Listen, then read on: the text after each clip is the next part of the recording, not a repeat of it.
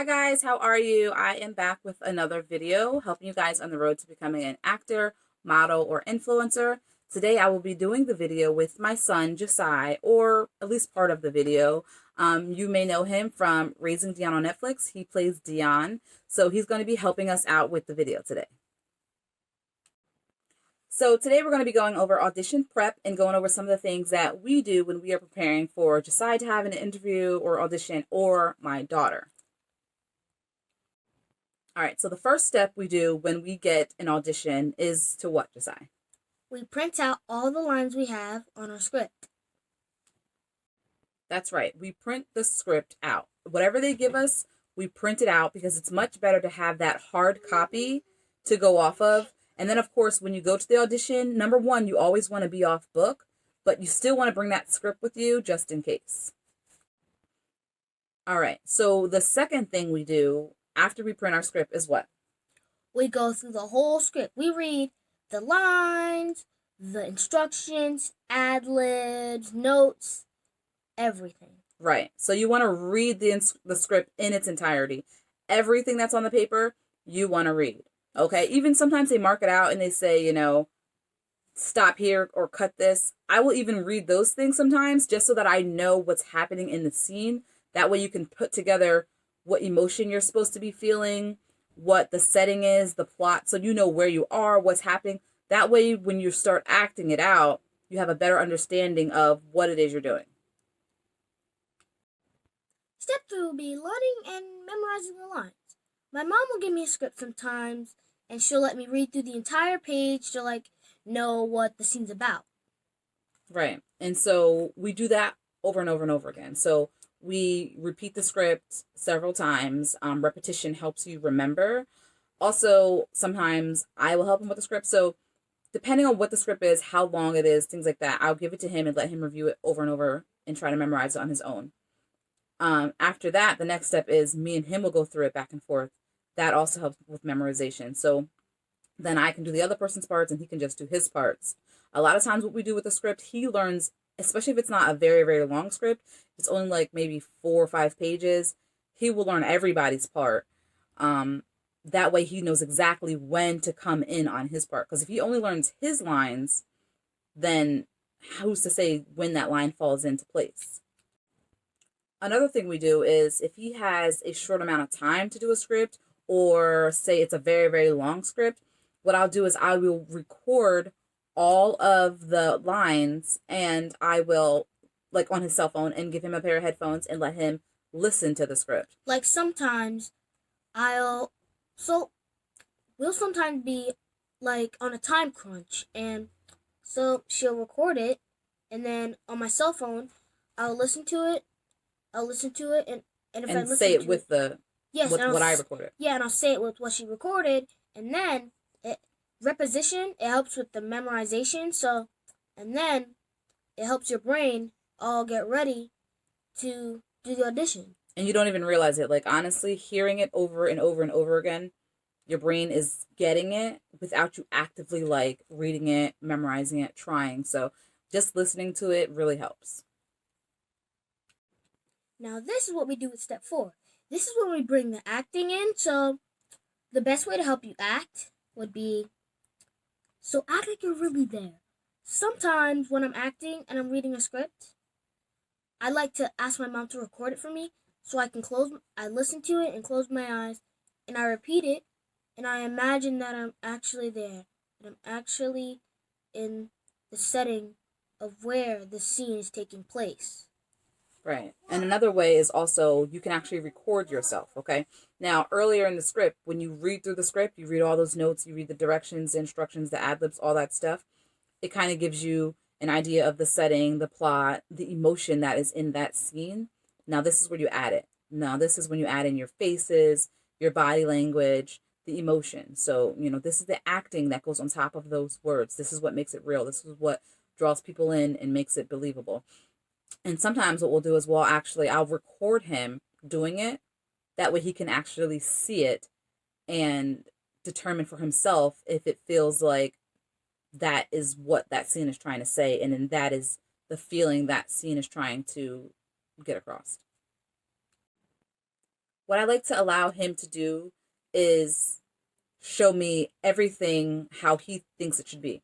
So when he adds his acting and he knows lines, of course, I let him go ahead and present it to me how he thinks it is in his mind, what the script is saying to him. Because number one, he's the one that has to act it out. So I need for him to feel it. Okay. So I don't want to just say, this is what I want you to do and I want it done like this. No, I want him to feel it, number one. And the reason for that is, like I said, he's the one that has to do it and he's the one that has to be in that setting. So I want it to feel right to him. Of course, there may be some things that I'm like, oh, I don't really like that, or I don't really like this. So then I can tweak it a little. But yeah, I want him to first show me what he thinks. And honestly, I don't know if it's just him or if it's a normal thing. Like I'm assuming anyone who is an actor and loves the acting, it kind of comes naturally to them because most times he's spot on. So like sometimes like I'll show her what like how I think it would go with the scene, and then if like something's not right, she'll like help me like maybe just change this a little bit, and then maybe change that a little more, and then she just does. You just have to make sure that you have to present it, and then ask for help with it, and then once you ask for help, you can actually help someone customize it. Right. Step 5 would be to prepare your outfit for the audition. I definitely think that outfit is very important. You want to go in something that you feel comfortable in, that you feel your best in. But at the same time, these are kids, so they have to go in there looking like kids. I see sometimes people try to dress their kids in like 3-piece suits, and I'm like, no, you don't want to do that. At the same time, though, an audition is something like an interview. You are trying to get this part just like you're trying to get a regular job. So you do want to go in there very clean cut, clean clothes. You want to somewhat have a sense of style, have a sense of matching. You want to look your best, okay? So don't go in there with dirty clothes. Don't go in there with a dirty face. Wash your face, brush your teeth, do your hair. These are important things. And I understand people are like, oh, these are kids. It's fine. This is how they are every day. That's not how they want you to come in, though. This is still somewhat like an interview, so you have to dress very clean and look the part. Something else I feel is important that I realize not a lot of people think about is the person, the parent, guardian, whoever is accompanying the child to the audition needs to look decent as well. So you cannot dress your kid to the T looking like they just fell out of a Target magazine and then you go in there and you have on dirty jeans or you have on like ripped up clothing that's not supposed to be ripped up or whatever the case may be. You have to think of the same thing. This is an interview. You are a reflection of them, okay? And you want to go in there looking the part. I'm not saying you have to be like, again, in a 3-piece suit or you have to be in this nice dress, but at least have on some clean jeans, some clean sneakers, a nice shirt, like look decent, okay? Because they're looking at you. They're going to talk to you at some point in time, and you want to look clean and you want your kid to look clean. You want to be a good representation as a whole. Step 6 would be to take a break. Now, I know it doesn't seem very important to take a break, but it is important, okay? Number one, these are kids and they need a break, okay? If you're anything like me and him, we are both kind of perfectionists, so we go over it a lot of times, those when we're learning the lines and then we're adding the acting and things like that. So taking a break is definitely important, especially once you've learned the lines, you've added the acting, and you like it. Rehearse it so that you make sure you remember it, but don't just continue to do it over and over and over after that, because I don't like when kids get, in my opinion, too rehearsed so that they are stuck in that way and that they are like, this is how I want it and this is how it's going to stay and this is it. This is perfect. Because then when they go into that audition room, the person auditioning them may not like it that way and may say, hey, do it like that, but change this. And they're not going to be able to change that because they're going to be stuck in these ways. So don't over rehearse, don't over practice. That's something I try to do with him. Well, we do definitely. Especially if you are anything like me or him, we're kind of perfectionists. So when we are learning our lines and adding the acting, things like that, we go over it a lot because we're kind of perfectionists. So when it's time to take a break, definitely take a break. Another reason I say take a break is because you don't want to be over practiced or over rehearsed. I think if a kid gets in the way of like themselves, they're going to be like, okay, this is how I want it. This is perfect. This is right. This is the exact way to do it. I'm not going to change a thing. You don't want them like that, because you never know if they walk into that audition room and the person auditioning them is like, hey, that was good. However, tweak this a little bit, tweak this part, and they can't do it because they are stuck in this is how it is. This is the emotion for that person. Well, if they're like, okay, I love how you did it, but instead of doing it kind of sad, do it kind of happy but nervous. They're not going to be able to change out of what they have rehearsed if they're too rehearsed.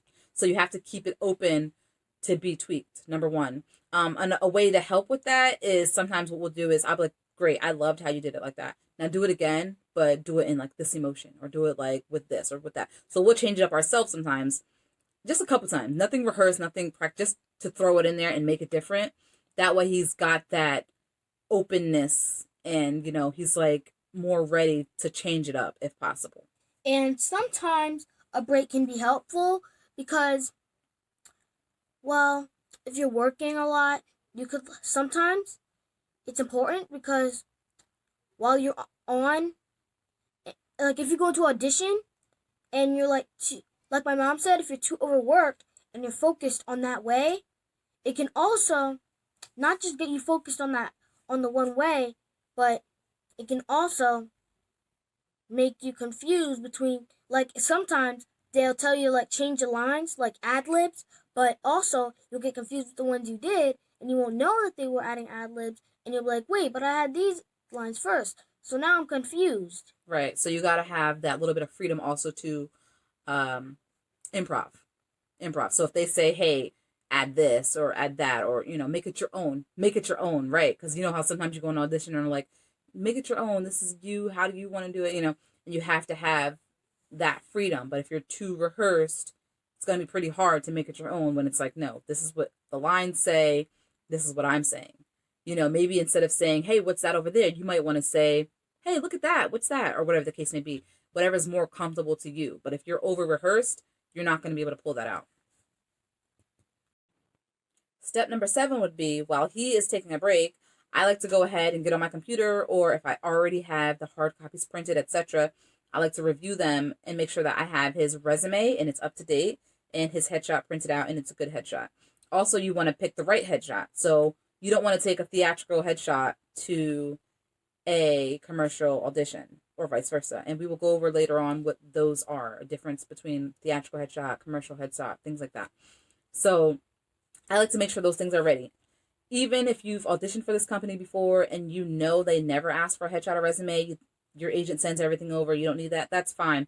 I always take it with me anyway. I always take his headshot and his resume. If you have business cards, whatever, always have that in your bag, because you never know who you're going to meet. Number one, this is a really good opportunity to network. And I'm not saying hound people and nag people, but don't burn your bridges, okay? You may meet someone there who may be the next whatever. Or you may meet someone there who is already something and you don't even know. Or you can work with them on different things and they can help you out in different ways. So anytime you go somewhere, have your marketing tools with you at all times. It's better to have them and not need them than they say, hey, okay, can I have your headshot and resume? And you're like, oh, I didn't bring it. So it's better to be over-prepared than under-prepared. Another little weird thing I like to do is I pack a second outfit, okay? Nothing major, just a little second outfit, because say we are dying of hunger by the time we get there and we're early and we go get something to eat. Now he's got food on his shirt or something. I don't know. These are kids, okay? So you want to pack a second outfit, maybe a few snacks, depending on how far you got to travel, whatever the case may be. Busy work, like maybe a coloring book and crayons, whatever the kids like to do, a little video game, something small and quiet. You don't want to make noise. But yeah, little things like that you might want to pack in the bag. So while he's breaking, I'm getting our bag ready. And my bag is usually definitely headshot and resume, snacks, drinks, anything I need to do his hair, because on the way there, hair goes crazy, an extra outfit, and some entertainment things. So those are definitely the main things. Also, I bring things that you may not think of, like a toothbrush and toothpaste, like a to-go set, floss, because you eat and now you got something stuck in your tooth. You're not going to do your best audition with something stuck in your tooth, or whatever the case may be. Gum, mints, things like that. Ear swabs, whatever the case may be. So I have like little stuff in my bag, and I don't bring a giant bag. I bring a book bag, or like my large purse. That's it. I don't bring like a whole lot of stuff. I'm not rolling there with a suitcase. I just bring a little bit of a few things that we may need that I have found that we have needed sometimes. So it's not like I'm bringing all this like ready pack and, just in case something happens. Like, no, I have needed these things before, so I wanted to have them. Step 8 now is to actually go to the audition and be great, okay? You know your lines, you've added the acting, you're in an outfit that you feel confident in, you're ready to do this, okay? You've got your pack, nothing can go wrong that you're not ready for. So it's time to go to the audition, do your best. Now, when you get there, number one, like I said before, make sure mom or guardian, whoever, and talent are dressed in their best, comfortable, themselves, clean clothing. Okay, that's number one. You may want to go ahead and sit down, silently review your lines, just so that you're sure of what you want to do, things like that. Little things to get you ready for when you walk into that door, you're at 100%. Now you are at the audition. You are ready to walk into the audition room. It is your turn. So decide, do you have any tips that you could give them while they are in this room to make this their best audition, to give them the best experience and the best shot? So first, you're going to want to be outgoing. Like, don't be shy. You're probably going to have to play someone's brother, someone's student, someone's best friend, someone's sister. But you're going to have to not be shy. You're going to have to be as brave as you can. Also, you're going to want to set up your scene. If there's a chair, it doesn't mean you don't have to sit in it. You can ask can I stand please? And then if they say yes, you can stand if you want. If you want to sit, also fine. The last thing is scripts. If you're in audition and you need to take your script with you, don't put it in front of your face. Just put it down on the side if you take your script. Me, usually, when I go to auditions, I'm off book. I don't even take my script with me. So, I just wanted to let you guys know that you don't need the script. If you have to, you can take it if it makes you feel more comfortable. Right. But definitely don't he's right about that. If you need your script, that's fine. Hold it off to the side. And don't forget to look up and engage. Don't sit here and read the script the whole time, line for line, and try to do acting. Yes. You have to engage with whoever is auditioning you. So you have to look up. Number one, you should be off book. You should be off book before you walk into that room, okay? Yes. And if you're not off book and you absolutely have to have that script, I mean, you can use it if you have to. Engage, though. Yeah, but don't just look at it the whole time like, okay, this is my line. Line. No. And the worst part would be to literally have it right in front of your face. Yes. Blocking your face, because then they can't good. see you. So you're going to want to be like, okay, okay, hi. Hey, how are you? You could then, after reading a little bit of 4 words, you're going to look here to engage and react. Then you can look back if you have to. Right. Only as much as you need to. Only look as much as you need to. And like he said earlier, also, definitely be as outgoing as possible. Because like he was saying, you have to play someone's student or someone's sibling or someone's child. That's not your real mother. That's not your real brother. But you have to make the world think it is. Because the world wants to see a loving mother and her son, or 2 best friends. They don't want to see people who look like they don't know each other and they look like they're scared of each other. So you have to show the director or whoever you're auditioning for, they have a vision of what they want. Okay? So you need to either fit that vision to a T. You need to show them, like, this is me, this is what you want. Or you need to show them this is what it actually is. Like, this is what you wanted, but this is what you need. Okay? And they're going to see it and be like, wow, I didn't know that's what I wanted and what I needed until I saw it. So those are the 2 ways. You either show them what they want when they're looking for and now they want you, or you show them what they needed and didn't know they needed and now they want you. So these are the 2 things you want to get. This is what you need to be in order to book that role. And of course, you don't know what the director wants at all. So you're going in there and doing your best. That's why I'm saying just be outgoing, because you don't know what they want. They could want exactly what you're giving. And you don't know that. Don't be shy, like, oh, what if they don't like it that? If they don't like it like that, they're going to say, hey, do it again, but try it like this, or something of the sort. And then again, I think it's important to remember that sometimes We don't book auditions for things completely out of our hands, okay? What I mean by that is like maybe you're too tall. You're playing someone's sister, a younger sister, but you're taller than the older sister. Or maybe you're too young. Right, you could be too young. They can be like, oh, well, we were going this way, but now, based on the other cast, things have changed, etc., etc. Maybe your availability is not right. Anything can change. You could have been great and you could have rocked that audition. They could have been like, wow, this is who I wanted. This is everything I wanted in this person. However, he happens to be taller than the older sibling, and now that's not going to work out for us for our vision. Okay, so those are just some things to remember. Okay, go in there and do your best, be great, and let the rest play out. Don't. And then my last tip: after you audition, forget about it.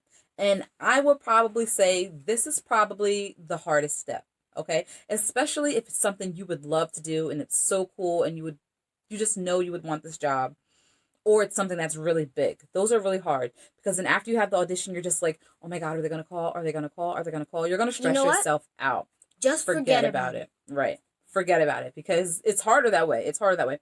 And honestly, like I've said before, there are so many more no's in this industry than there are yeses. Right. He knows. He's been doing it since 3. So there's more no's, okay, unfortunately. And I know some of them are like, oh my God, I wish I would have got that. That would have been so great. That would have been such a door opening experience, etc., etc. But if it's not meant for you, it's not meant for you. And what is meant for you will be meant for you in the end, okay? So keep that in mind to keep you less stressed. There's going to be more auditions, okay? And you're going to get another one that's going to be like, oh my God, this is the one. And you may book that or you may not. But when it's ready and when it's time, to happen for you, it will happen, okay? Just forget about it. Do not stress. All right, so those are a few tips that I think will definitely help you and take you far when it comes to prepping for audition and killing that audition. My next video is going to be about It Takes a Village. It Takes a Village, as well as A Rich Man's Game. I kind of molded them into one. If you guys want me to split it up and do a little bit different, I can do that. But I'm going to go ahead and talk about things like working while you have kids in the industry, support for kids in the industry, all different things like that, because it's hard, okay? It's hard for working parents or working moms or working dads or single parents or non-working parents, whatever the case may be. So we're going to go over stuff like that, and that is definitely a big topic. Everyone I know, from people who I've met that are famous when they started out as a child, as well as the people who are just starting out, have had some sort of issues with this. So please weigh in on this for sure. Ask questions, leave comments, let me know your thoughts, let me know any solutions that you may have to this issue, because it's a huge issue, okay? So I'm definitely going to do a segment on that because it's a big deal to pretty much everyone, okay? So that's it for now. All right, leave comments below. Let me know things you guys want to talk about. Let me know things that you guys, maybe questions you have. Please comment, like, subscribe. All right, again, my name is Luane. Thank you for watching. Go be great, like, subscribe, and I'll see you in the next video.